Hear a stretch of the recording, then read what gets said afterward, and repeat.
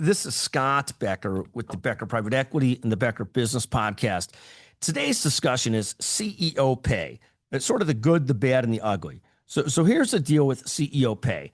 I see a lot of stuff online about how bad it is that CEOs get paid so much.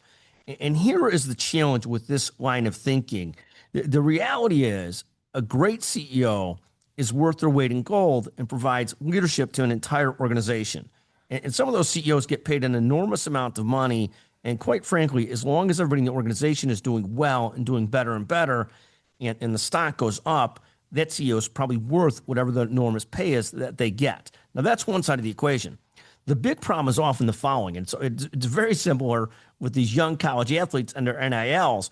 The reality on CEO pay, and I'll try and bring those two concepts together in a second, is the real problem with CEO pay is there are thousands or hundreds of CEOs that are getting paid at the scale of great CEOs but aren't useful. And so that's part of the problem that you see in this game is it's not so much the CEO who's great, he or she is worth their weight in gold. I've seen that front on with great CEOs. The flip side is the CEO that's not great and getting paid like a great CEO, that's a disaster. And that's when this enormous discussion of the gulf between worker pay and CEO pay really resonates with a lot of us when you get a horrible CEO being paid tremendously well and the rank and file getting paid poorly. Of course, that feels like a cluster and a horrendous situation.